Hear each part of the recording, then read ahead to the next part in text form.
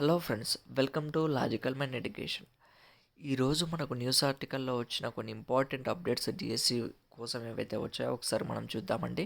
So ఏప్రిల్లో TET అని చెప్పేసి ఒక న్యూస్ ఆర్టికల్ని మనం ఇక్కడ సాక్షి పేపర్లో వచ్చిన న్యూస్ ఆర్టికల్ అయితే చూస్తున్నాము. మనం ఇంతకుముందు మాట్లాడుకున్నట్టు డిఎస్సిలో పోస్టులు పెరగాలి అంటే ఆల్రెడీ ఎవరైతే ఉపాధ్యాయులు ఉన్నారో వాళ్లకు పదోన్నతులు కల్పించి ఆ మిగిలిన ఖాళీలు ఏవైతే ఉంటాయో అవి కూడా మనకు నోటిఫికేషన్లో అటాచ్ చేసినట్టయితే మనకు గణనీయంగా ఖాళీలు పెరిగే అవకాశం అయితే ఉంటుంది. దానికోసం ఏం చేయాలి అంటే పదోన్నతులు ఇవ్వాలంటే ఖచ్చితంగా టెట్ పెట్టాలని చెప్పేసి ఎన్సిటి గైడ్లైన్స్ చెప్తున్నాయండి. సో దానివల్ల ఏమవుతుంది అంటే ఖచ్చితంగా టెట్ వాళ్ళు రాసి క్వాలిఫై అయిన తర్వాతనే ఆల్రెడీ ఎవరైతే టీచర్స్ ఉన్నారో వాళ్లకు పదోన్నతులు ఇవ్వడానికి అవకాశం ఉంది. సో దానికోసం ఏం చేస్తున్నారు, 60,000 మంది టీచర్లు రాసే అవకాశం ఉంది. పదోన్నతులకు అనివార్యంగా మారిన అర్హత పరీక్ష ఉపాధ్యాయ ఖాళీలపై స్పష్టత వస్తేనే మెగా డిఎస్సి. మనకు ఎన్ని పోస్టులు కలుస్తాయి, ఎన్ని పోస్టులు కలవవు అనే మనకు క్లారిటీ రావాలి అంటే ఖచ్చితంగా ఈ పదోన్నతుల ప్రక్రియ అనేది కంప్లీట్ అవ్వాల్సి ఉంది అని చెప్పేసి అయితే ఇందులో మెన్షన్ చేస్తున్నారు. ఉపాధ్యాయ అర్హత పరీక్ష నిర్వహణకు విద్యాశాఖ సన్నాహాలు చేస్తుంది. విద్యాశాఖపై సీఎం సమీక్షలో ఈ అంశం చర్చకు వచ్చింది.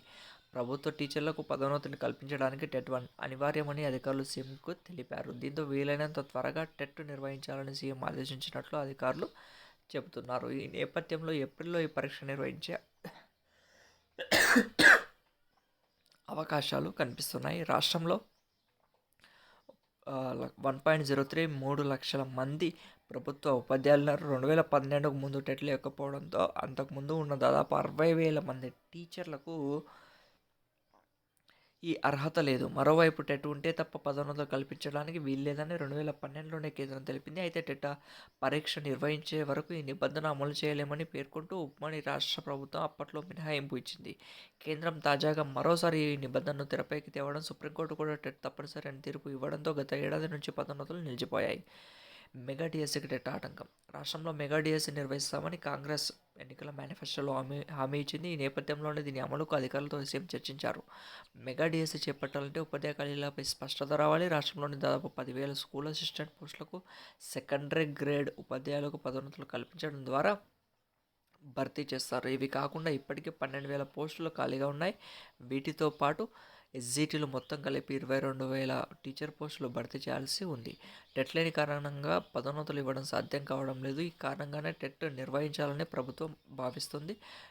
టెట్ ఎవరి కోసం? రాష్ట్రంలో సర్వీస్లో ఉన్న వారికి డిపార్ట్మెంటల్ టెస్ట్ మాదిరిగా టెట్ పరీక్ష నిర్వహించాలని టీచర్లు కోరుతున్నారు. వీటితో పాటు బీఎడ్, డిఎడ్ పూర్తి చేసిన వాళ్ళు కూడా ఈ పరీక్ష రాస్తారు. ప్రైవేట్ స్కూల్లో పనిచేయాలన్నా టెట్ తప్పనిసరి.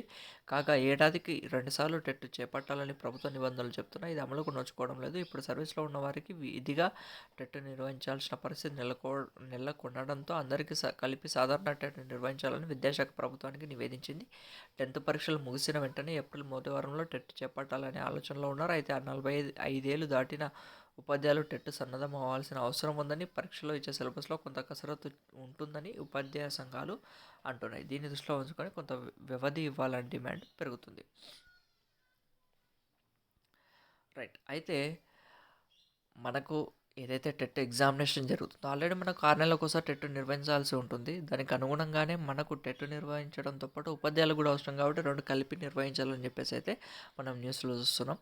అయితే కొందరు ఏమంటున్నారంటే ఉపాధ్యాయులకు ప్రత్యేకంగా టెట్ నిర్వహించాలని కూడా అని అంటున్నారు. చూద్దాం మరి ఏ విధంగా డెసిషన్ తీసుకుంటున్నారు. నాకు తెలిసినంత వరకు అయితే కామన్ టెట్టే రిలీజ్ చేయడం అయితే జరుగుతుంది. ఇంకా మనకు వివిధ న్యూస్ ఆర్టికల్లో పెద్దపల్లి జిల్లాలో ఎన్ని పోస్టులు ఉన్నాయి దానికి సంబంధించిన న్యూస్ ఆర్టికల్ చూస్తున్నాం.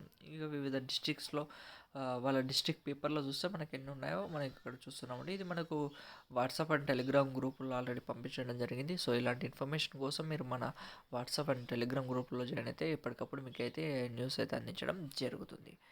రైట్. ఇది మనకు దానికి సంబంధించిన కంటిన్యూషన్ అండి. ఇది కూడా మనకు అంతగా చూస్తున్నాం అనమాట. రైట్.